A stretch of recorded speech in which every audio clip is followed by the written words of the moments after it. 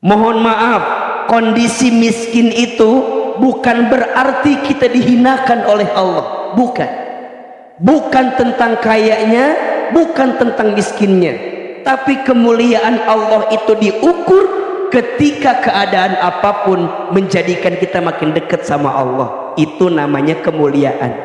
Kekhawatiran itu setengah dari penyakit, dan ketenangan itu setengah dari obat. Biasanya yang bikin jadi penyakit itu karena kekhawatiran di hati kita.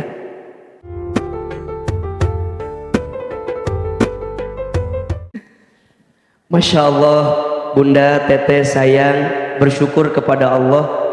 Hari ini kita masih diizinkan oleh Allah untuk bisa bertemu di majelis ilmu. Betul apa betul? Iya apa iya? Coba Ahilman mau tanya, kira-kira kita ini bertemu atau dipertemukan? Kira-kira kita ini berjalan atau diperjalankan? Kira-kira kita ini berkumpul atau dikumpulkan? Kalau pagi ini kita dipertemukan, diperjalankan, dikumpulkan, berarti ada yang mengatur semuanya. Betul? Siapa yang melembutkan hati kita? Siapa yang meringankan langkah kita? Siapa yang mempertemukan kita? Siapa yang mengumpulkan kita? Kudu yakin ya jawabannya, bahwa semata-mata kita ini bukan sekedar ingin dari kita saja, tapi lebih dari itu Allah mengizinkan kita untuk datang ke majelis ilmu. Betul apa betul? Kalau Bunda tanya, Ahilman, apa pesan yang ingin Allah sampaikan? Kenapa kita masih diizinkan oleh Allah untuk datang ke majelis ilmu? Salah satunya adalah karena Allah masih mencintai dan menyayangi kita. Jadi kalau Bunda tanya, apakah Allah sayang sama kita? Apakah Allah cinta sama kita? Coba dilihat saja nanti cirinya. Cirinya itu adalah ketika seorang hamba itu dimudahkan oleh Allah untuk datang ke majelis ilmu. Itu ciri ketika Allah mencintai seorang hamba. Maka jangan kaget kalau ibu-ibu senangnya pengajian, boleh apa enggak? Kalau ibu-ibu ngaji boleh apa enggak?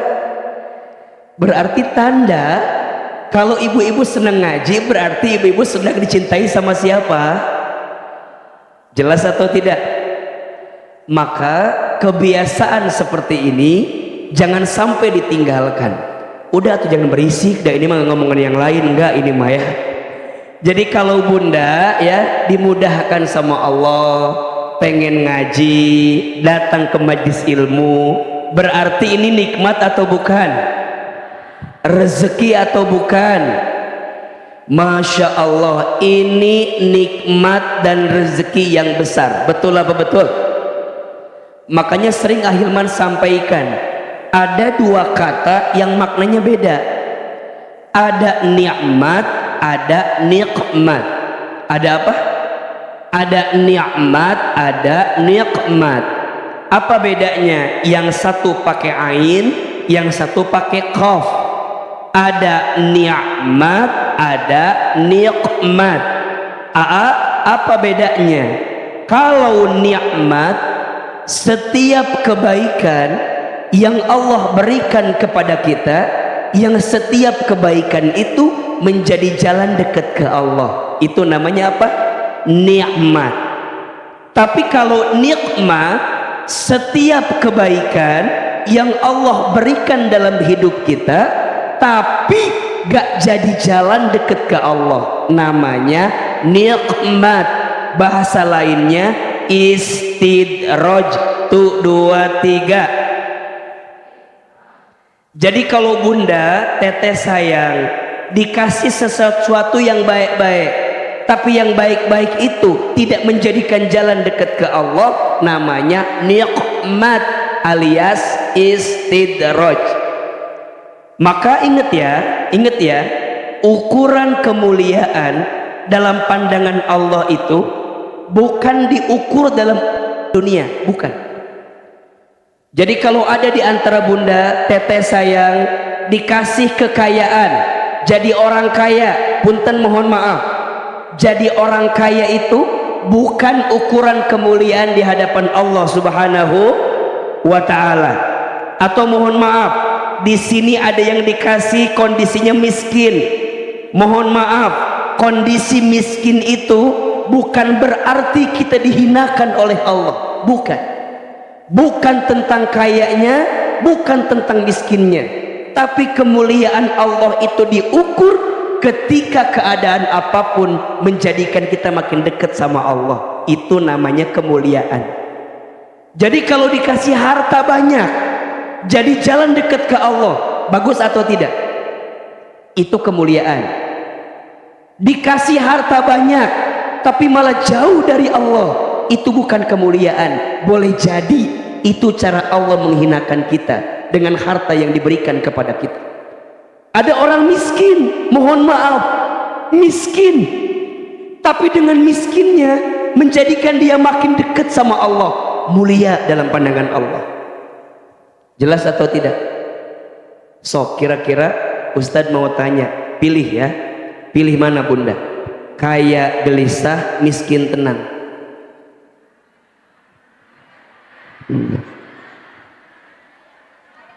Coba dipikir-pikir dulu jawaban teh ya, jangan langsung. Kaya gelisah apa miskin tenang? Ya.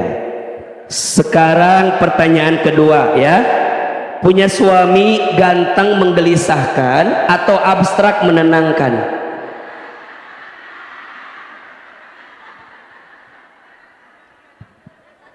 Jawabannya apa? Ngaca tuh ya, jangan langsung wae. Jadi ya, nah artinya punten ya, kan setiap kita ingin jadi orang yang mulia, betul? Jadi kalau kita hidup itu kan ya sebagai manusia, ya sebagai manusia kita tuh pasti ingin menjadi orang yang mulia, betul? Nah, kata Allah dalam Al-Quran, siapa orang yang paling mulia di antara kamu? Inna akramakum indallahi atqakum. Sesungguhnya orang yang paling mulia di antara kamu sekalian adalah orang yang bertakwa.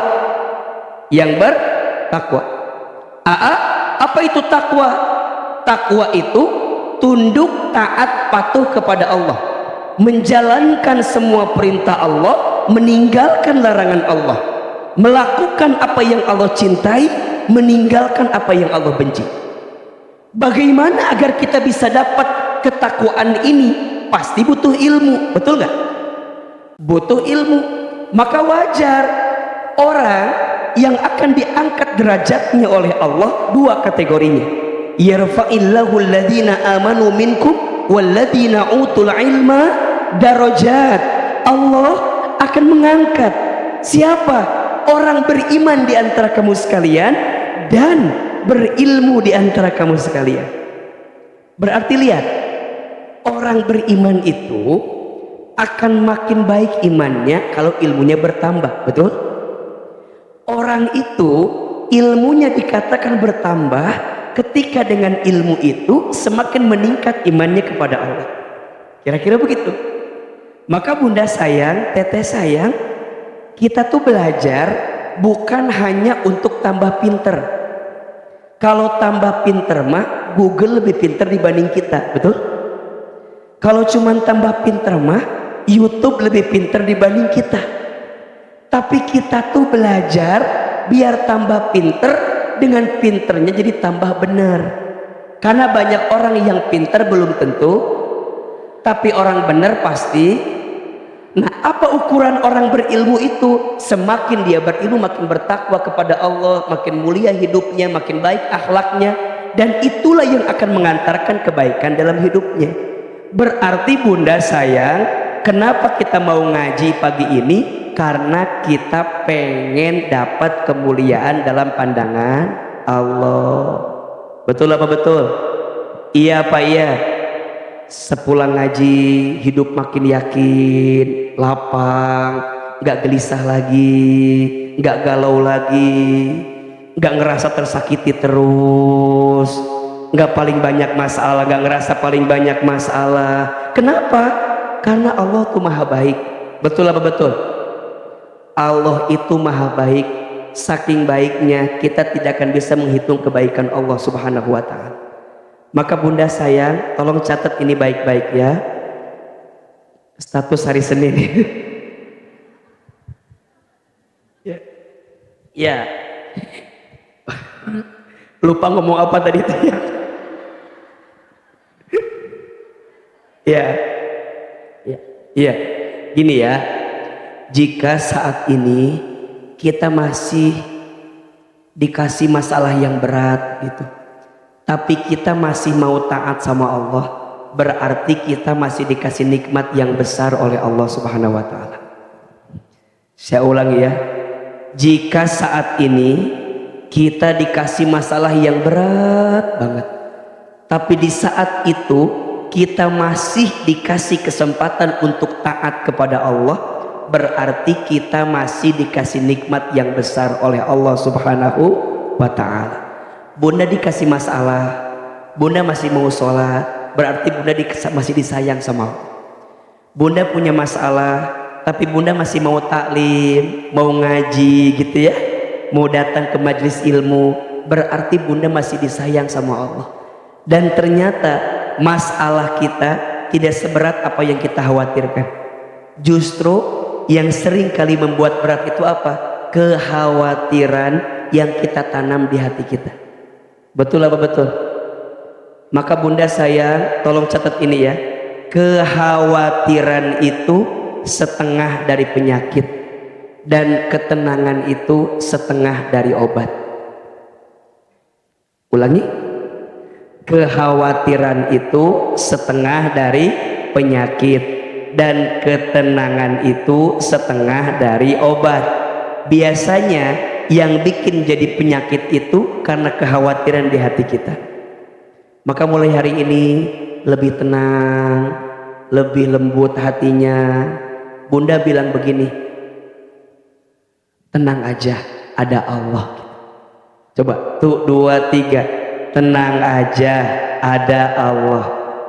Bunda misalnya mohon maaf, sekarang bisnisnya rugi.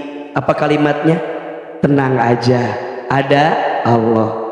Bunda sekarang teh punya suami bunda teh mending nguji banget sehati bunda. Apa kalimatnya? Tenang aja, ada Allah. Bunda punya suami bunda teh misalnya lagi digoda sama orang lain.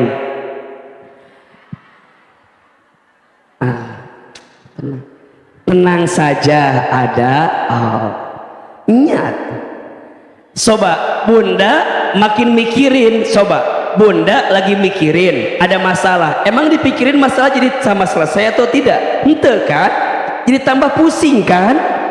Atuh santai we, dan takdir mah tidak akan pernah pergi dari kita, betul? Kalau sudah ditakdirkan untuk kita, gak akan pernah pergi dari kita. Kalau memang tak ditakdirkan untuk kita, pasti akan pergi dari kita. Terus kumaha tuh? Suami itu rezeki. Rezeki itu makin kita berikan, makin bertambah rezeki itu. Begitu. Sok. Jadi kalau ada yang suka sama suami kita, mangga. Sok, mangga silahkan. Kalau suaminya mau, ya silahkan. Daripada kita pusing, jangan menggenggam sesuatu seperti menggenggam pasir. Semakin kau genggam, semakin kau tak mendapatkan pasir itu. Set, digenggam pasir, tidak, gak dapat apa-apa, udah. Nah, nanti kalau dibuka ada mutiara, ada berlian. Betul apa betul? Makanya kalau sesuatu udah hilang, jangan dipikirin lagi, lepasin aja. Makin dilepasin, nanti Allah ganti dengan yang lebih baik. Siapa orangnya? Nah ini pertanyaannya, saya juga nggak tahu. belajar lebih tenang. Setuju apa enggak? Nah, cara menenangkan hati itu datang ke majelis ilmu. Makanya mohon maaf kalau bunda datang taklim dan tidak merasakan ketenangan, coba dievaluasi. Jadi misalnya ya, pulang taklim jadi tambah rusuh, jadi tambah riweuh, jadi liur kieu teh nya. Berarti ada masalah tuh. Iya. Jadi kalau bunda pulang taklim itu jadi ngerasa, iya ya kok jadi asa berat, jadi riweuh gitu. Hati teh jadi teh pararuguh. Coba dievaluasi. Tapi kalau sepulang taklim, iya ya, kok adem ya, iya ya, naon orang biasa liur-liur dipikirkan karena itu, nya naonnya, jadi enjoy we gitu, enjoy we. Pulang dari sini, jalan-jalan ke Ion, belanja gitu, santai we, hidup mah santai. Jadi pokoknya mah jadi hidup teh tenang we. Lihat orang yang lebih hartanya nggak jadi bikin iri, santai we. Lihat orang yang di bawah nggak dihina, santai we. Semuanya jadi bikin adem. Kenapa? Karena ilmunya nyampe ke hati, dan hati yang penuh ketenangan itu berarti tanda dia dicintai Allah Subhanahu wa Ta'ala. Gak sibuk sama dosa orang, gak sibuk sama aib orang. Kalau lihat yang lebih dewasa, yang lebih besar, dia bilang gini, oh dia usianya lebih besar dari saya, pasti amal solehnya lebih duluan dia dibanding saya. Ada yang lebih junior, dia lebih junior, pasti dosanya lebih duluan saya dibanding dia. Gitu. Jadi pulang tuh nggak akan jadi sombong, karena ada orang yang pulang ngaji sombong, ada nggak? Ada. Pulang ngaji ngobrol sama temennya, ece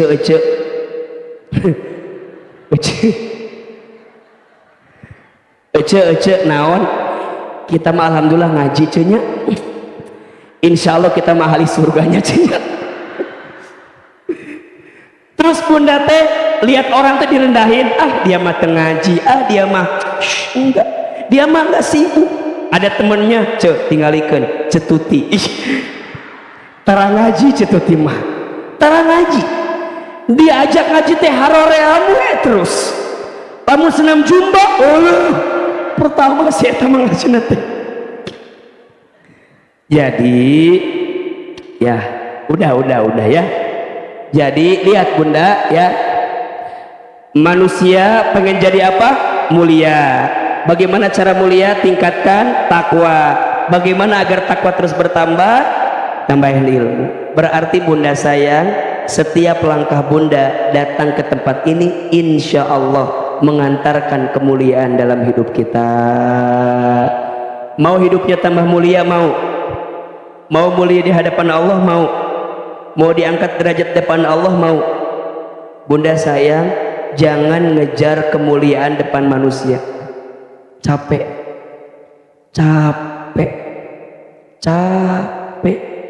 Kita tidak akan bisa menyenangkan semua orang. Pasti akan ada aja orang yang gak suka sama kita. Betul? Betul apa betul? Iya apa iya? Jangan ngejar kemuliaan dari manusia. Manusia mah yang benci sama kita akan terus benci, yang sayang sama kita juga nggak akan peduli dengan apa yang kita hadirkan. Terus gimana tuh Ustadz? Fokus aja biar nilai sama Allah. Kalau Allah udah bilang kita baik, insya Allah kita baik. Manusia bilang kita baik semua, belum tentu baik di hadapan Allah. Manusia bilang kita hina semua, belum tentu kita hina di hadapan Allah. Biarin aja. Kayak bunda misalnya, mohon maaf, emang di antara bunda nggak bisa lepas dari hinaan. Pasti ada yang menghina, betul nggak? Ada yang komen, bunda pakai jilbab hitam panjang disebut kemana atau Batman, ulah nyeri hati digitukan, ulah sakit hati. Jangan bunda nanti pakai jilbab yang kembang-kembang kemana atau taplak meja gitunya, tenang we. Nah orang lain mah gak akan tahu tentang kita, betul? Emang bunda taklim begini gak ada orang yang nyinyir? Banyak. Betul nggak? Bunda taklim bikin story misalnya ya, sorry Ahilman, misalnya Ahilman Fauzi, ada teman yang komen, Ece kamu ngaji? Nya emang kumaha? Allah malah maknya mana ngaji? Coba orang teh kan tahunya kita teh siapa kan, nggak pernah ngaji, tiba-tiba ngaji bikin story, pasti ada yang nyinyir, betul nggak? Bunda jangan dibalas, jangan Allah ngaji ulah, daripada mana tuh ngaji, atau sama aja gitu mas sama orang yang nggak ngaji. Justru kalau ada orang yang ngehina kita, nyinyirin kita, jangan balik nyinyirin lagi. Cie ahli surga daripada mana ahli neraka. Jadi sama-sama kalau gitu mah. Jadi kalau dinyinyirin sama orang, balasnya Masya Allah, makasih, doain istiqomah ya. Segala wae mana ngaji, nyata doakan gitu. Santai. Halo, betul apa betul? Iya apa iya? Jadi Ahilman mau tanya, kita ngaji karena siapa? Untuk siapa?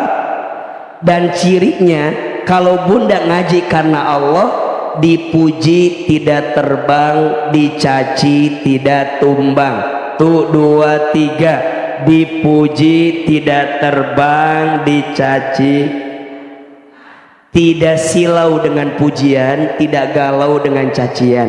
Tuh 2 3, tidak silau dengan pujian, tidak galau dengan cacian. Status hari Selasa itu ya, insya Allah. Baik, kita langsung masuk ke materi kita ya. Ini mohon maaf ya Ahilman, suaranya lagi serak-serak becek begini. Jadi Masya Allah, pelan-pelan ya. Baik, Bunda sayang, di antara nikmat dan hakikat terbesar dari rumah tangga itu ya, rumah tangga itu atau keluarga itu, salah satu nikmat terbesar yang sangat dirindukan oleh seseorang yang menikah, hadirnya seorang anak. Betul apa betul? Pasti setiap orang tuh pengen punya anak, mau dikaruniai seorang anak. Kenapa Ustadz? Karena hadirnya anak itu adalah kodrat dari rumah tangga atau keluarga yang dihadirkan. Coba dibuka Quran surat An-Nahl ayat 72. Surat apa? An-Nahl surat ke-16 ayat 72. Sudah ketemu belum?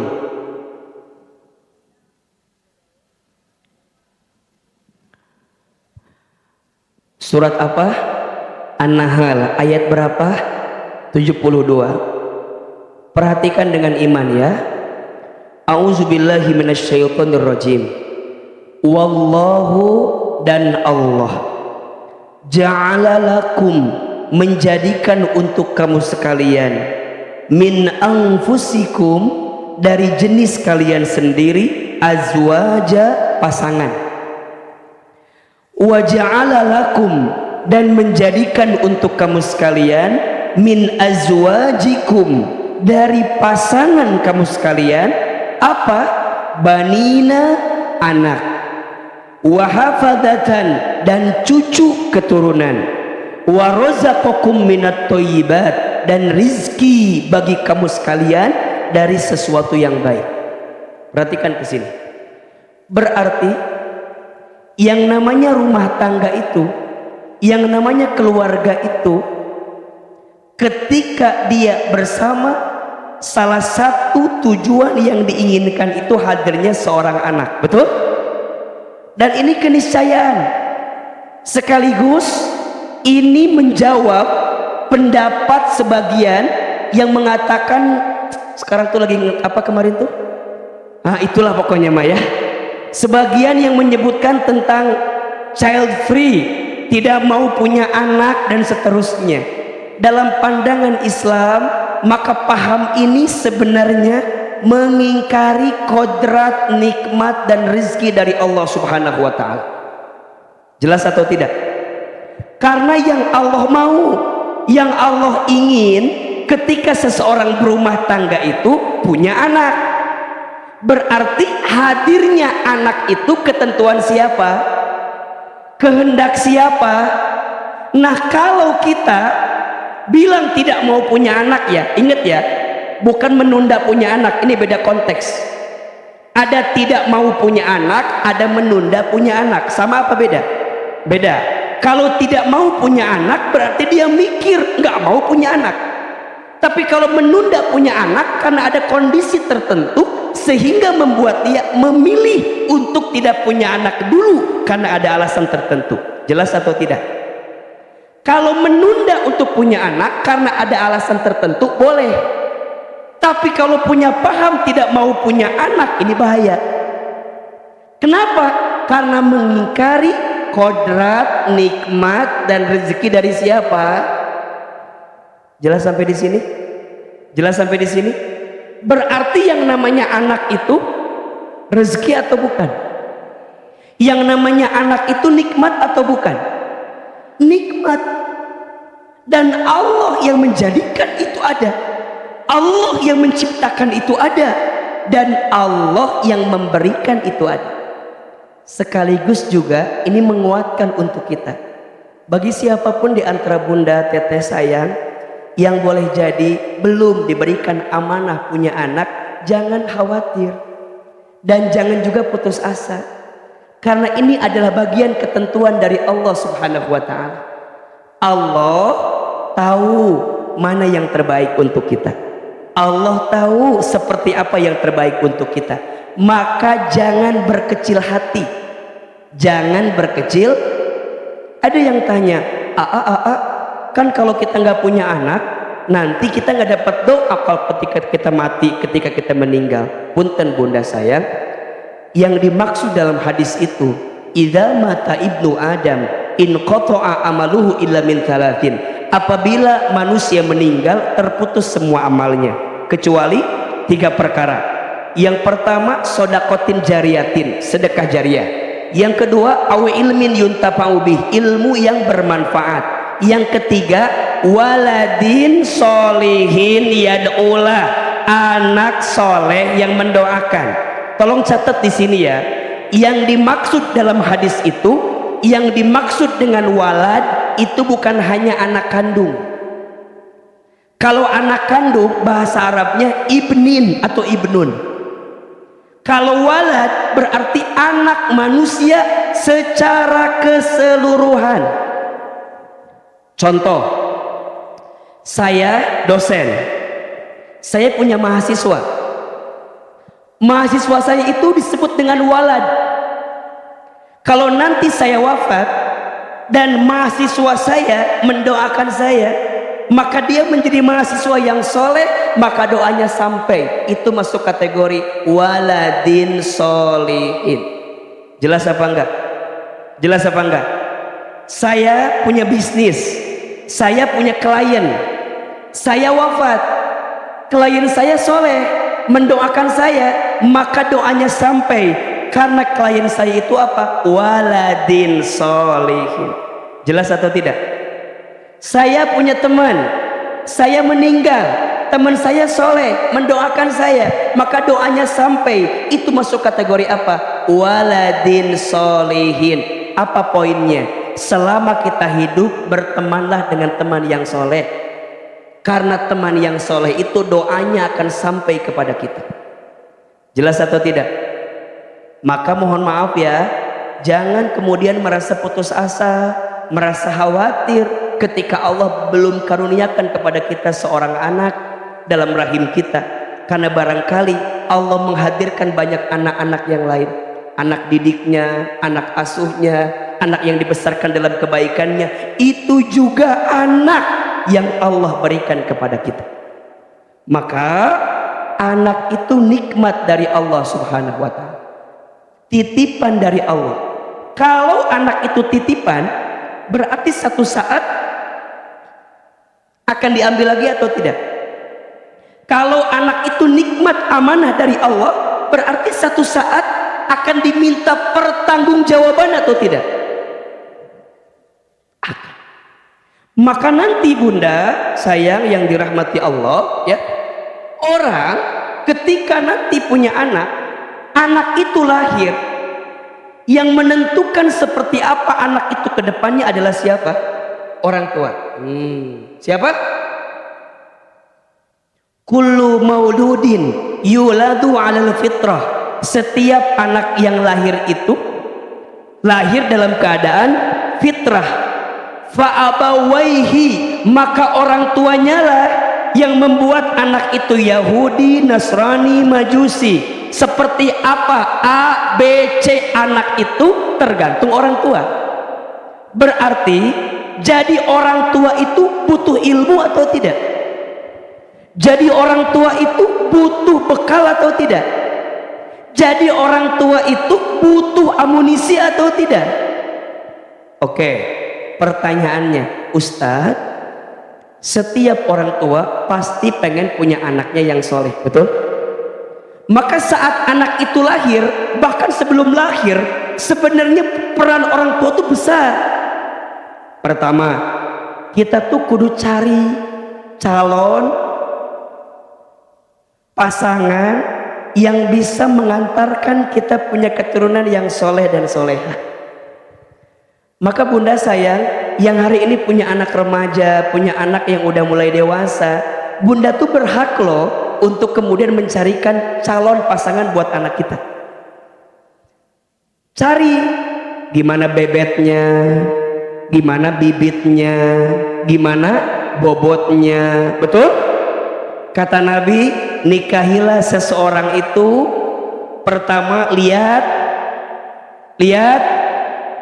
cantiknya atau gantengnya, dua lihat keturunannya, tiga lihat hartanya, empat lihat agamanya. Tapi yang paling penting fadfar bidatid, pilihlah yang paling baik agamanya. Taribat yadaka, maka engkau akan mendapatkan kebahagiaan selamanya. Jadi itu urutan tuh, urutannya kenapa yang tampan dulu, yang cantik dulu? Karena biasanya kita tuh kalau lihat orang luarnya dulu, betul nggak? Jadi kalau kita nyari pasangan yang cakep, boleh apa enggak? Kok kayak tersiksa gitu sih? Boleh apa enggak? Tapi tolong garis bawahi ya, yang dimaksud cakep itu bukan yang terlihat dalam konteks luarnya saja, tapi yang dimaksud cakep itu poinnya seseorang yang ketika dipandang menyenangkan hatimu, itu namanya cakep. Saya ulangi, jadi bukan ini ganteng, ini cantik, kan relatif kan, tergantung skincare biasanya, atau tergantung filternya kan. Iya, jadi yang dimaksud ganteng, cantik itu bukan fisik yang kelihatan luarnya, tapi kata Nabi, carilah seseorang yang ketika engkau menatapnya menyenangkan hatimu, itu namanya ganteng atau cantik. Karena ada orang ganteng tapi nggak enak dilihat, ada nggak? Ada. Ayat tuh, ayat nu gelis tapi horeamwe, ada nggak? Tapi ada yang biasa aja tapi seneng aja diliatin tuh, ada nggak? Makanya Ahilman mah nggak ganteng. Ahilman mah ya, saya mah nyadar saya mah nggak ganteng, tapi saya mah enak aja dilihat gitu aja. Jadi nyadar itu. Ustaz mah lain pede, fakta iya mah kan betul kan. Kalau bicara ganteng mah banyak, tapi nya si Ustaz mah tidak terkasih pintu, tapi enak we dilihatnya tak gitulah. Nah itu maksudnya. Nah yang kedua, keturunannya maksudnya apa? Kudu jelas ini teh orang mana, latar belakangnya apa, betul? Yang ketiga, lihat hartanya. Maksudnya gimana Ustadz? Yang kaya? Bukan. Ternyata maknanya orang, pasangan yang ketika engkau berikan dia harta, dia bisa kelola harta itu dengan baik, itu maksudnya. Jadi bukan karena kayanya, miskinnya, bukan. Tapi ada perempuan yang dikasih 1 juta cukup, 2 juta cukup, 3 juta cukup, 4 juta cukup. Karena ada istri yang dikasih banyak pun gak pernah cukup. Ada apa enggak? Ada apa enggak? Makanya saya tanya begini, jadi istri itu kalau matre boleh apa enggak? Kata siapa? Kenapa jawabannya boleh-boleh gitu? Jadi istri itu seneng sama uang boleh apa enggak? Bener ini teh? Ilmu dari siapa ini dah? Saya nggak pernah ngajarin begini. Maksudnya jadi istri itu untuk kemudian mendapatkan sesuatu yang terbaik dalam hidupnya boleh apa enggak? Tapi tolong catat ya, jika tak sesuai harapanmu, jangan kemudian engkau marah dengan keadaan itu. Karena istri yang baik itu dikasih berapapun pasti akan bisa mengelolanya. Itulah istri yang baik. Nah nanti yang kuncinya apa? Agamanya. Fadfar bidatid, pilihlah yang paling baik agama. Jadi kalau kita bikin angka kira-kira begini, kalau cantik 0, kalau keturunannya bagus 0 lagi, kalau hartanya banyak dan dia bisa kelola uang dengan baik 0 lagi. Agama itu 1. Seberapa nilainya? Jadi kalau dia mohon maaf kaya, keturunannya bagus, cantik, tapi nggak punya agama, berapa nilainya? Jelas tidak? Ada orang yang mohon maaf, mungkin agamanya bagus, tapi cantik mah biasa, keturunannya biasa, hartanya biasa, nilainya berapa? 1. Tapi kalau udah punya 1, maka berapapun ini akan mengkalikan pada jumlah yang terbaik. Maka cari yang paling baik agamanya. Apa faktor agama itu? Yang paling kelihatan, lihat 3 hal. Akidahnya bagus, ibadahnya bagus, akhlaknya bagus. Karena rumah tangga itu rumit. Kalau sederhana rumah makan. Betul apa betul? Jadi butuh agama, butuh akhlak, butuh perlakuan yang baik. Betul? Maka lihat yang ininya, ini poin nih, ini poin. Percuma kita punya cantik, punya kaya, punya keturunan bagus, tapi nggak punya agama, hanya 0 nilainya. Maka dari awal nyari pasangan yang bisa mengantarkan kebaikan untuk kita. Kemudian kita nikah. Pas nikah, lihat, izin Allah mengandung. Nah, ibu yang sudah mengandung, yang lagi ngandung, itu perlu adab yang baik ketika mengandung. Apa diantaranya? Masya Allah, ibu itu yang lagi dikasih kandungannya ya harus banyak doa yang baik, bicara yang baik-baik gitu, gaul dengan yang baik-baik. Karena mohon maaf, anak itu dalam kandungan, jika ibunya bawaannya nggak enak, nyampe nggak ke anaknya. Terutama jika kandungannya sudah usia 4 bulan ke atas. Ketika sudah 4 bulan ke atas, maka yang dikandung itu sudah mendapatkan hembusan ruh, hakikatnya sudah hidup. Makanya kalau bicara yang baik-baik, dengerin yang baik-baik. Tuh, mulai hari ini mah, ada yang lagi ngandung nggak di sini? Ada yang lagi hamil nggak? Nah, lain genut, lain, ima lain. Iya mah iya nu hamil beneran, iya mah lain. Abi lain. Kumaha sih? Nah, berarti sama. Lihat, bukan hanya istrinya, ternyata bunda, peran suami waktu istri hamil itu penting atau tidak? Banyak suami yang bilang gini, mah nanti bapak mah nemenin mama pas lahiran aja, gitu kan? Padahal sebenarnya yang paling penting itu peran suami ketika mendampingi istri lagi mengandungnya. Kalau pas lahiran, apa kerjaan suami? Nggak ada. Cuman coba nggak ada kerjaan. Coba saya mau tanya, emang waktu istri lahiran suami kerjaannya apa? Apa coba? Semangat bunda, semangat, nggak ngaruh, tengaruh. Paling, ayo bunda, ayo, bunda bisa. Cek istri teh, capek orang teh. Malah ada istri pas mau lahiran suaminya ada di depan mata dia suruh nyingkir ke sana, karena kesel mungkin lihat suaminya kali ke sana. Ya gara-gara kamu ya begini nih anak. Ada yang diusir malah. Jadi justru yang paling penting itu mendampingi saat istri sedang mengandung, sedang hamil. Bicara yang baik-baik. Makanya ada bawaan orok katanya ya. Istri saya dulu waktu hamil gitu, ayah pengen beli batagor katanya. Oh tapi depan UGM di Jogja. Kumaha orang beli batagor ke UGM jauh amat. Apa alasannya? Ini bawaan orok gitu kan. Saya bilang bawaan kamu aja bisa bawaan orok. Manya orok yang batagor kan nyambung. Oh berarti ini mah pesannya teh, berarti suami istri itu kalau sedang istrinya hamil itu kudu didampingi. Sebenarnya hanya butuh didengerin aja.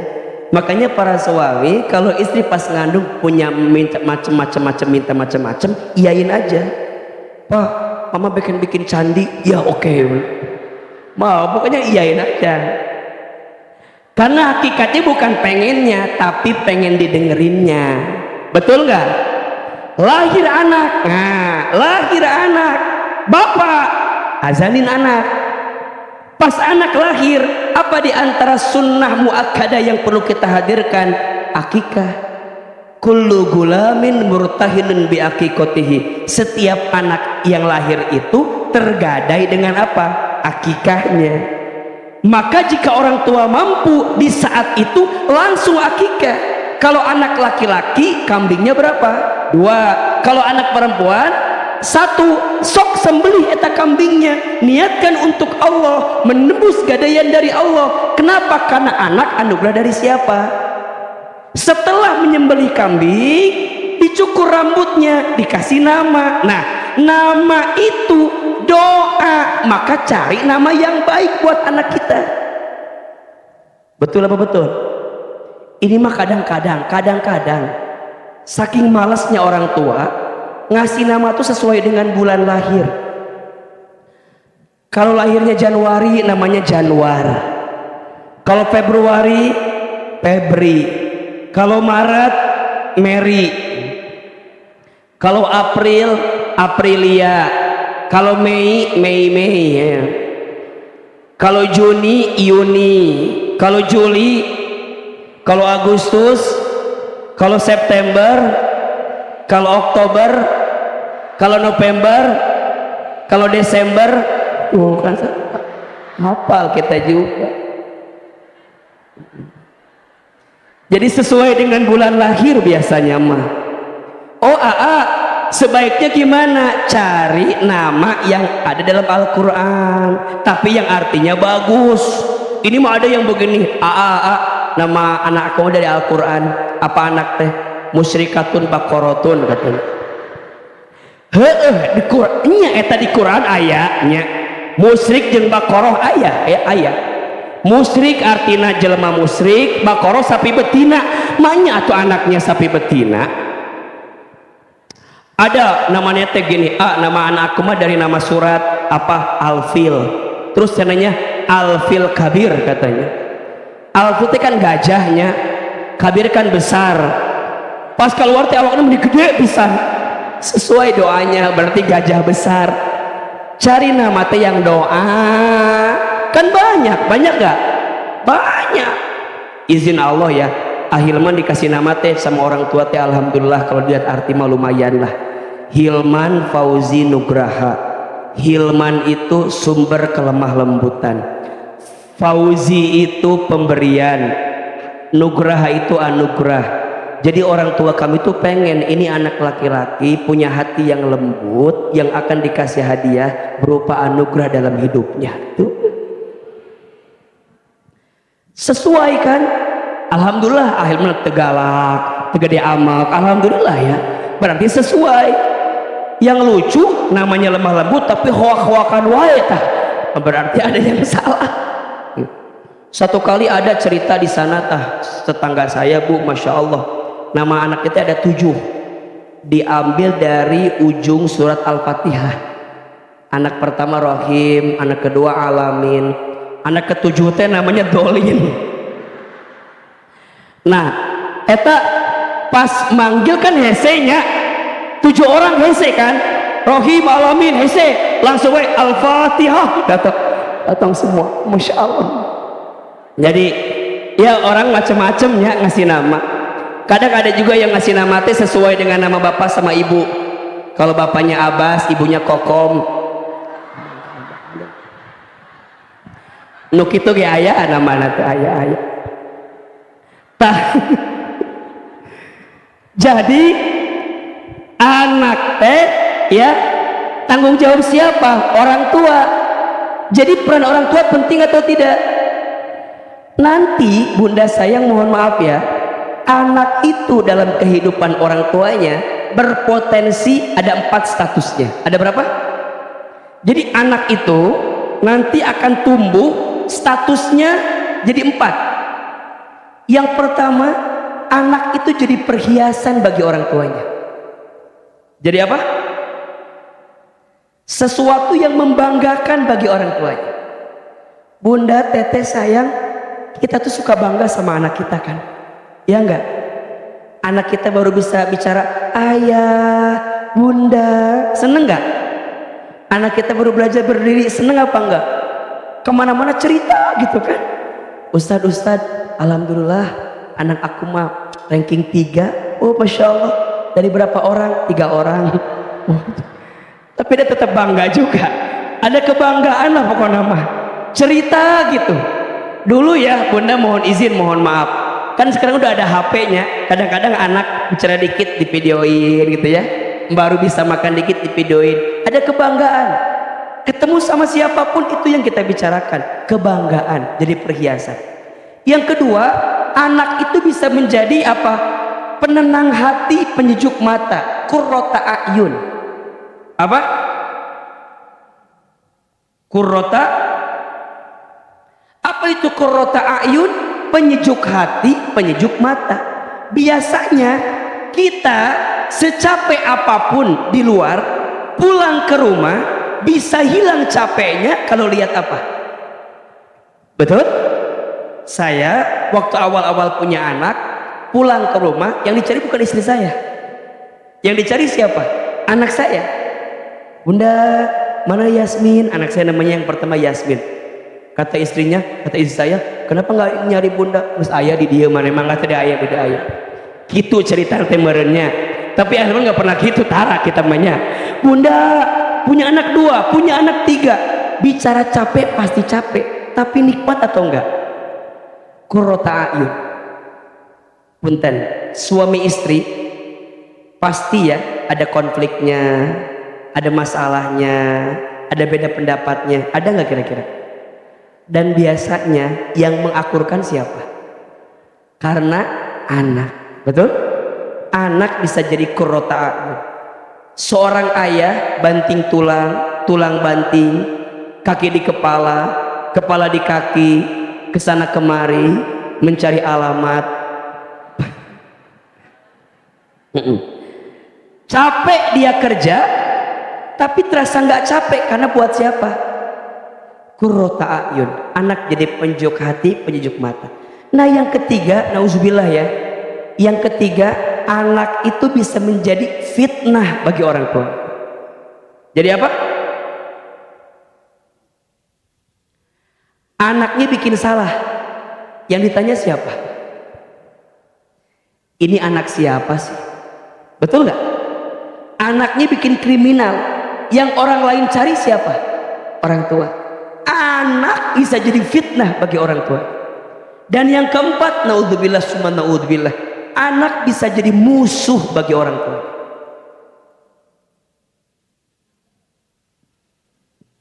Jadi apa yang keempat? Musuh. Bunda, teteh sayang, yang namanya musuh itu kan luar biasa. Anak benci sama orang tuanya. Sekarang ada apa enggak? Anak minta sesuatu sama ayahnya, ayahnya nggak bisa beliin, anaknya bunuh ayahnya. Ada nggak? Kemarin kita baca berita, ada seorang anak yang tega memenjarakan ibunya. Ada nggak? Musuh. Anak jadi musuh bagi orang tua. Satu, anak jadi perhiasan. Dua, anak jadi qurrata a'yun. Tiga, anak jadi fitnah. Empat, anak jadi musuh. Kira-kira bunda yang ada di sini kalau ditanya, kalau diurutkan 1, 2, 3, 4, kira-kira anak kita masuk kategori yang mana? 1, 2 atau 3, 4? Kita tuh berharap anak kita masuk 1, 2, bukan 3, 4, betul? Berarti kembali lagi, peran siapa yang paling penting? Orang tua. Nah pertanyaannya, apa tugas utama orang tua itu? Bunda buka surat At-Tahrim ayat 6. Surat apa?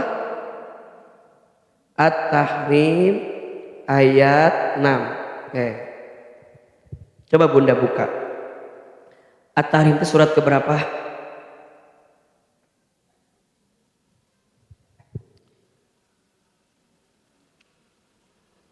Surat keberapa? Surat ke 66. Surat ke benar? Surat ke 66 ayat 6 berarti ya. Nah, betul. Ayat berapa? 6. A'udzubillahi minasyaitonirrajim. Ya ayyuhalladzina amanu, wahai orang-orang yang beriman, qu anfusakum, jagalah diri kamu sekalian, wa ahlikum, dan keluarga kamu sekalian, naro, dari siksa api neraka. Perhatikan ini Bunda, tugas orang tua pertama itu didik diri sebelum didik anak, kira-kira begitu. Solehkan diri sebelum solehkan anak. Banyak di antara kita, mohon maaf, sibuk pengen punya anak yang soleh, tapi lupa jadi orang tua yang soleh. Betul apa betul? Iya apa iya? Padahal dalam ayat ini yang pertama kali diperingatkan siapa? Jaga diri kamu sekalian. Berarti didik diri sebelum didik anak, solehkan diri sebelum solehkan anak. Berarti jadi orang tua itu kudu belajar atau tidak? Kudu jadi soleh atau tidak?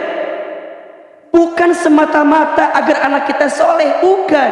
Tapi yang lebih penting bagaimana kita juga jadi orang tua yang soleh. Karena ketika orang tuanya soleh, maka orang tua itu akan mengantarkan kesolehan kepada anaknya. Berarti Ustadz, kalau orang tuanya sudah belajar jadi soleh, maka nanti orang tua ini akan punya pola pendidikan untuk anak. Nah, bagaimana cara Al-Quran mendidik anak? Bunda buka salah satunya surat Luqman yang tadi Bunda Mina sedang bahas sebenarnya. Surat Luqman ayat 12 sampai 19. Itu pola pendidikan yang harus Bunda hadirkan untuk mendidik anak. Surat apa? Luqman, surat ke-31 ayat 12 sampai 19. Di dalam ayat-ayat tersebut setidaknya ada 4 pola pendidikan yang harus Bunda hadirkan kepada anak agar anak kita menjadi anak yang soleh. Betul? Jadi setelah tadi orang tuanya udah belajar soleh nih, kitanya tahu diri begitu, sadar diri, maka nanti ada pola pendidikan anak di surat apa? Luqman ayat berapa? 12 sampai 19. Baik, yang pertama, pendidikan yang harus dihadirkan kepada anak adalah pendidikan tauhid. Pendidikan apa? Keterangannya ada di surat Luqman ayat 12-nya. Perhatikan ayatnya. A'udzubillahi minasyaitonirrajim. walaqad ataina Luqmanal hikmata aniskur lillah, dan sungguh telah kami berikan hikmah kepada Luqman, yaitu untuk bersyukur kepada Allah. Wa may yashkur fa innama yashkuru li nafsihi wa man kafara fa innallaha ghaniyyun hamid. Bersyukurlah kalian kepada Allah, dan barang siapa bersyukur kepada Allah maka sungguh dia bersyukur untuk dirinya sendiri, dan barang siapa yang tidak bersyukur maka sesungguhnya Allah Maha Kaya, Maha Terpuji. Pendidikan pertama yang harus Bunda tanamkan kepada anak adalah pendidikan tauhid. Anak kita harus tahu siapa yang menciptakannya, siapa yang mengatur hidupnya, kemana tujuan hidupnya, untuk apa dia hidup.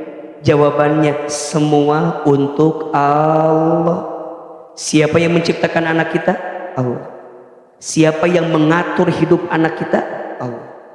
Kemana tujuan anak kita nanti? Allah. Semua tanamkan. Maka ini penting. Kalau pendidikan tauhidnya sudah nempel di anak kita, dia akan punya kekuatan untuk melangkah. Kenapa? Karena dia tahu dia diciptakan oleh Allah dan pasti nanti pun akan kembali kepada. Berarti rumusnya, pendidikan agama itu penting atau tidak? Pendidikan agama itu penting aja, penting banget. Puntennya, AA bukan mengkritik, tapi biasanya kita lebih gelisah kalau anak kita belum bisa calistung daripada anak kita belum tahu urusan agama. Betul nggak? Kalau anak kita belum bisa baca, belum bisa nulis, belum bisa ngitung, kayaknya langsung stres. Engke kumaha? Mana rek jadi naon? Tapi kita suka lupa. Kalau anak kita akidahnya nggak kuat, tauhidnya nggak kuat, rapuh anak itu. Maka kalau Bunda cari sekolah, kalau Bunda cari pendidikan, kalau Bunda cari tempat untuk menyekolahkan anak di usia dini, cari sekolah yang menanamkan karakter tauhid dalam diri. Dan izin Allah, di Bogor udah ada, di Sentul udah ada, gak usah jauh-jauh. Tazkiyah Global Islamic School. Pendidikan karakter pertamanya tentang tauhid, diajarkan tentang tauhid, mengenal Allah, siapa Allah, sifat-sifat Allah, nama-nama Allah, nempel ke anak kita. Kalau itunya kuat, yang lainnya pasti ngikutin. Sekarang Bunda, biasanya masih ada nggak di antara kita yang gelisah kalau anak belum bisa baca? Masih ada nggak yang gelisah kalau anak belum bisa nulis? Masih ada nggak yang gelisah kalau anak belum bisa ngitung? Tapi ada nggak yang gelisah kalau anak kita belum kenal sama Allahnya? Coba tanya, man robbuka? Tanya, siapa Tuhanmu? Siapa mah? Sahanya, sahawe atuh tuh. Pabelit jadina.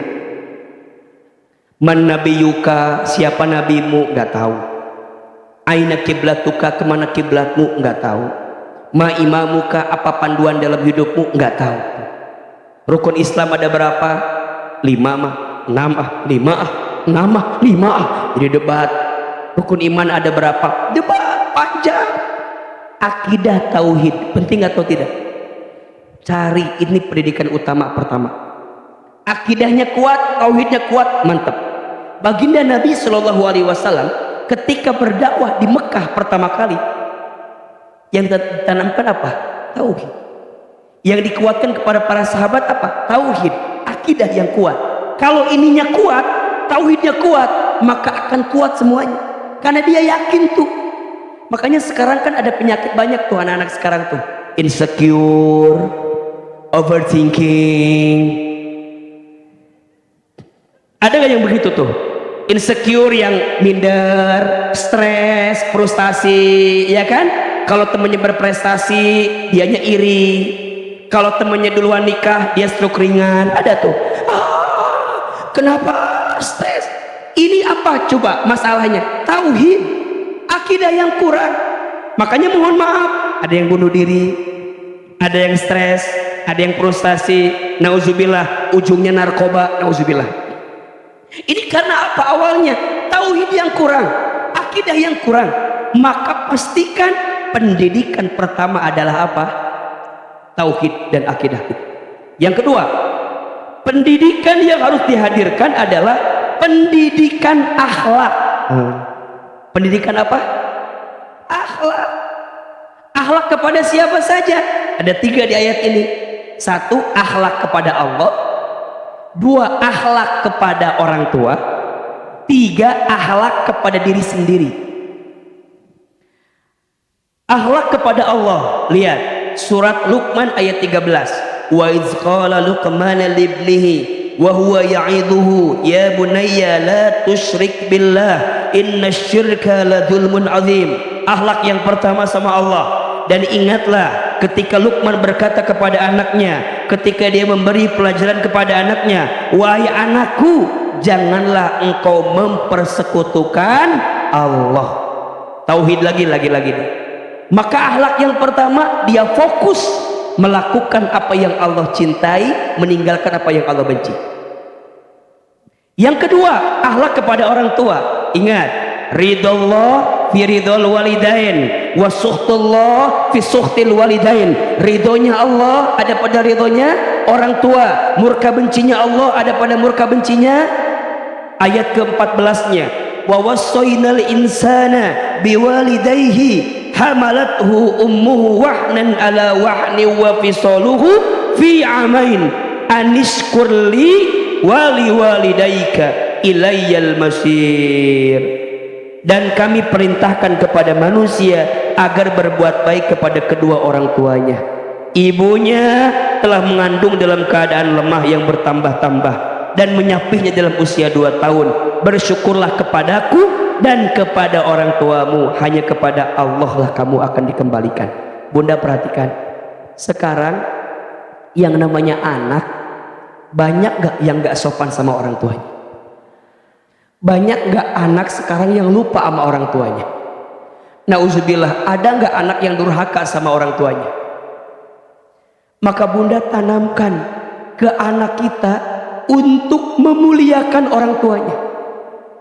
Gimana cara mulainya? Sederhana, bunda, kalau masih punya orang tua, tunjukkan cara kita berbakti kepada orang tua kita di depan anak kita, agar anak kita melihat, oh mama kayak begitu ya perlakukan ibunya gitu. Maka nanti anak kita akan lihat, berarti aku pun harus seperti mama memperlakukan orang tua. Jelas tidak? Jelas tidak? Maka izin, kalau anak kita masih punya nenek, punya kakek, berarti orang tua kita kan, perlakukan dengan baik. Dia akan nyontok. Karena ada kisah begitu kan, ketika satu kali nenek kakeknya itu kan makan bareng di meja makan, tapi dipisahin sama ibunya tuh ke sana. Anaknya nggak mau makan. Ditanya, kenapa kamu nggak mau makan? Nggak mau makan. Kenapa mama perlakukan orang tua mama nggak baik, dijauhkan gitu, sedangkan mama fokus dengan makanan mama? Ternyata anak tuh ngeliat. Dan ingat ya, anak itu peniru paling jitu. Apa yang dilihat sama anak terekam dalam otaknya, betul nggak? Maka bunda, teteh sayang, ajarkan anak kita untuk berbakti sama orang tua. Sedih sekarang tuh, sedih kalau ada anak yang durhaka sama orang tuanya. Nauzubillah ya. Kata Nabi, kalau ada perbuatan yang siksanya langsung disegerakan di dunia, itu ada 2. 1, dosanya seorang anak yang durhaka sama orang tua. Dan yang kedua, zolimnya seseorang kepada orang yang lain. Itu disegerakan siksanya di dunia. Maka ajarkan anak kita untuk bersyukur. Nah, ini orang tuamu nak. Gimana pun orang tuamu, ini orang tuamu nak, yang melahirkanmu nak, yang membesarkanmu nak, yang menjagamu nak, yang mendidikmu nak. Kita tanamin sama anak kita. Karena mohon maaf, ini kalau nggak ditanamin, anak kita lama-lama jadi lupa, bahkan benci sama orang tuanya. Nauzubillahimindzalik. Kalau anak udah benci, berarti ada pola yang harus kita hadirkan di dalam. Dan yang ketiga, akhlak terhadap diri sendiri. Lihat surat masih surat Luqman ayat ke-15 nih ya, bagaimana kita ditumbuhkan untuk berbuat baik dalam diri kita. Nah, jadi orang harus baik, jadi orang harus baik, sama siapapun harus baik, dan itu harus jadi apa? Bekal untuk diri kita sendiri. Satu, pendidikan apa? Tauhid. Dua, pendidikan apa? Masuk yang ketiga, pendidikan ibadah. Apa? Ibadah ada dua, ada ibadah mahdhah, ada ibadah ghair mahdhah. Apa diantaranya? Ayat ke-17-nya, ya bunayya aqimis sholata wa'mur bil ma'rufi wanha 'anil munkari wasbir 'ala ma asabak inna dzalika min azmil umur. Ya, ibadah mahdhah ghair mahdhah. Ibadah utama yang harus ditanamkan adalah sholat. Apa? Cek, jika anak bunda sudah usia 7 tahun ke atas, cek sholat. Udah bisa belum gerakan sholatnya, bacaan sholatnya? Penting, penting. Naik lagi nanti yang terakhir, pendidikan adab atau etika. Mana keterangannya? Ayat 18 dan ayat 19. Apa diantaranya adab itu? Wala tusair haddaka linnasi wala tamsi fil ardi maraha innallaha la yuhibbu kulla mukhtalin fakhur. Dan janganlah kamu malingkan wajah dari manusia, dan janganlah berjalan dalam keadaan sombong. Adab. Terus apa lagi? Dan sederhanakanlah dalam berjalan, dan lunakkanlah suaramu, sesungguhnya seburuk-buruk suara ialah suara keledai. Adab. Jadi ada berapa pendidikan? 4. Satu, pendidikan apa? 2, 3, 4, adab. Nah, coba bunda, kalau nanti cari sekolah, cari yang punya pola pendidikan ini 4. Kenapa? Ini akan mengantarkan nanti anak kita menjadi pribadi yang kita inginkan, menjadi orang yang soleh. Insya ini ikhtiar kita. Ustadz, kami udah nyari pola pendidikan ini, udah ketemu, tapi gimana cara mengajarkannya, cara mengelola anak kita? Maka Imam Ali bin Abi Thalib punya rumus pendidikan untuk anak. Rumusnya 7 kali 3. Berapa? Udah ketemu rumusnya, nanti 7 kali 3. 7 tahun pertama, 7 tahun kedua, 7 tahun ketiga. Oke. Usia anak 0 sampai 7 tahun. Perlakukanlah anakmu seperti raja. Seperti apa? Maksudnya gimana Ustadz? Sayang, nyaah sama anak. Perlakukan dia, beri apresiasi, puji, banggakan dia. Raja gimana sih raja? Ya kan? Dirawat sama dia kita, makannya teratur, betul? Tidurnya teratur. Jadikan dia seperti apa? 0 sampai 7 tahun. Usia 8 sampai 14 tahun, perlakukanlah anakmu seperti tawanan. Seperti apa? Gimana tawanan itu? Agak keras sedikit, tegas sedikit, ya. Jangan jadi kemudian yang manja-manja lagi, udah agak mulai berubah tuh. Kasih reward, kasih punishment. Kalau nggak begini, begini. Kalau nggak begini, begini. Kalau kamu begini akan begini. Kalau nggak akan begitu. Jelasin tuh. Tawanan. Jadi dia ngerasa, kok ini nggak boleh, kok ini nggak boleh. Ingat, tegas, bukan kasar ya. Tegas. Keras boleh, bukan kasar. Kasar tuh kan nggak ada alasan tiba-tiba tabok ya, nyekek, gantung, itu mah parah itu. Bukan kasar ya, keras. Punya rules, bikin aturan sama anak. Nah, kamu begini, jam segini harus begini. Gimana sih dia ngerasa bahwa kok kayaknya keras banget? Buat anak kita, makin dia terkekang dengan apa yang kita hadirkan, makin tahu tuh. Nanti usia 14 ke atas sampai 21 tahun, perlakukanlah anak seperti sahabat. Seperti apa? Ajak ngobrol, ajak diskusi, ajak dialog. Jelas tidak? Ulangi. 0 sampai 7 perlakuan seperti apa? Raja. 8 sampai 14 seperti tawanan. Ya, 14 sampai ke atas seperti sahabat. Dan itulah yang bisa kita hadirkan. Jadi kalau pola pendidikannya sudah rapi, cara mengelolanya sudah ketemu, insya Allah kita akan mendapatkan anak yang sesuai kita inginkan. Tapi nanti gimana? Perasaan aku sudah melakukan ini tapi enggak juga. Jangan khawatir, tugas kita itu hanya berikhtiar. Jadi orang tua itu ada pahalanya atau tidak? Besar nggak pahalanya? Besar aja, besar banget. Bunda sayang, apa yang bunda lakukan kepada anak itu akan menjadi catatan amal pahala kebaikan di hadapan Allah. Kalau anak kita sesuai dengan kemauan kita, itu bonus dari Allah. Kalau belum sesuai, jangan putus asa, karena tetap bunda mendapatkan pahala terbaik di hadapan Allah Subhanahu wa Ta'ala. Belajar saja jadi orang tua yang baik, belajar saja jadi ibu yang baik, dan kekuatan ujungnya adalah apa? Doa. Apa? Doa. Maka pesan Ahilman, bunda sayang, jangan pernah lepas mendoakan anak kita. Titip sekali ya, setiap selesai sholat minimal bacakan doa.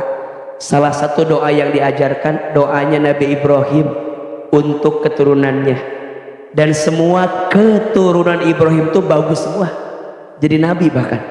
Apal gak doanya? Coba Ahilman sekali, bunda sekali. Rabbana hablana min azwajina wa dzurriyyatina qurrata a'yun waj'alna lil muttaqina imama.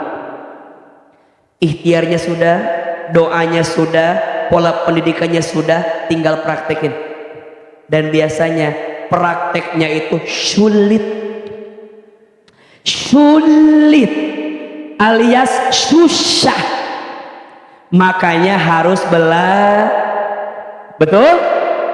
Gak apa-apa susah, makin sulit gak apa-apa, karena makin sulit ujiannya makin besar pahalanya. Saya yakin setiap orang tua diuji dengan anaknya masing-masing, betul? Mulai hari ini ojo dibandingke ya, jangan bandingin anak kita sama siapapun. Adik kakak aja jangan dibandingin. Kamu mah beda sama kakak kamu, jangan. Kata adiknya, ya udah, anak mama mah kakak doang, aku mah enggak. Jadi gitu. Sama adik kakak aja jangan dibandingin, apalagi sama orang lain.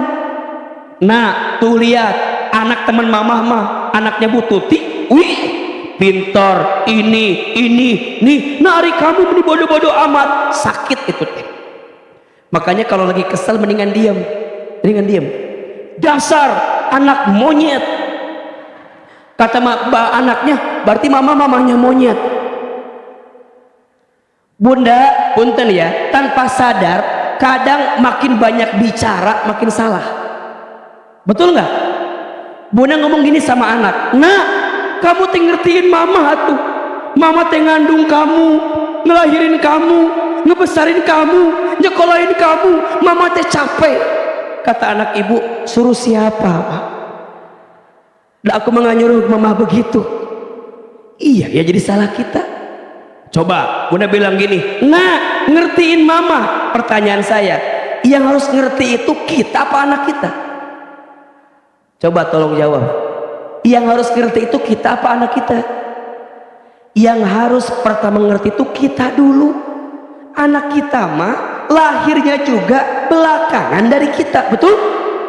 Dan kita harus nuntut anak kita ngerti. Kamu teh ngertiin mama, mama teh capek.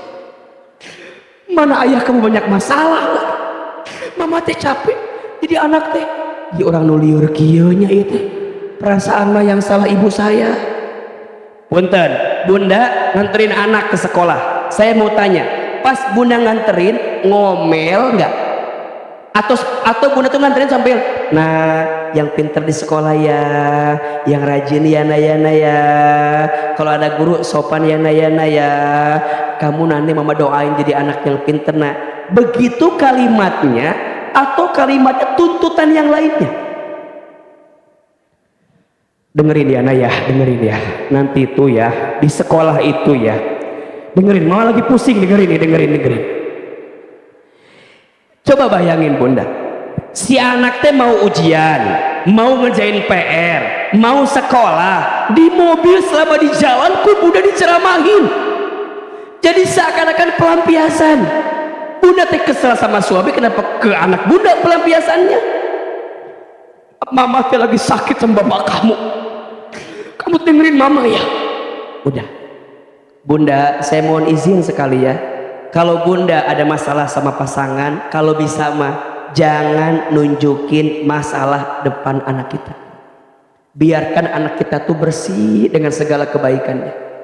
Maka carilah pendidikan yang baik, cari sekolah yang baik, cari guru yang baik. Insya Allah ini akan mengantarkan kita jadi orang tua yang baik dalam kehidupan. Jelas atau tidak? Jelas atau tidak? Baik, anak ada berapa statusnya? Satu anak bisa jadi apa? Perhiasan. Dua anak jadi apa? Qurrata ayun. Tiga anak jadi apa? Fitnah. Empat anak jadi apa? Musuh. Tugas siapa yang paling utama agar anak menjadi anak yang soleh itu? Orang tua. Oke, tugas utama orang tua yang pertama apa? Solehkan diri sebelum solehkan anak, didik diri sebelum didik. Ada berapa pola pendidikan menurut surat Luqman? Yang pertama apa pendidikannya? Yang kedua, yang ketiga, yang keempat adab. Jelas? Ali bin Abi Thalib ngasih rumus untuk ngurus anak berapa kali berapa? 7 kali 3. Usia anak 0 sampai 7 bagaimana perlakukannya? Seperti raja. 7 tahun kedua seperti tawanan. 7 tahun ketiga bisa diamalkan? Bisa dipraktekkan? Sulit apa enggak? Susah apa enggak?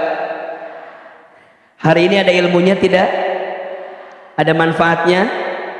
Share ke suami ibu, karena rumah tangga itu saling, bukan saing.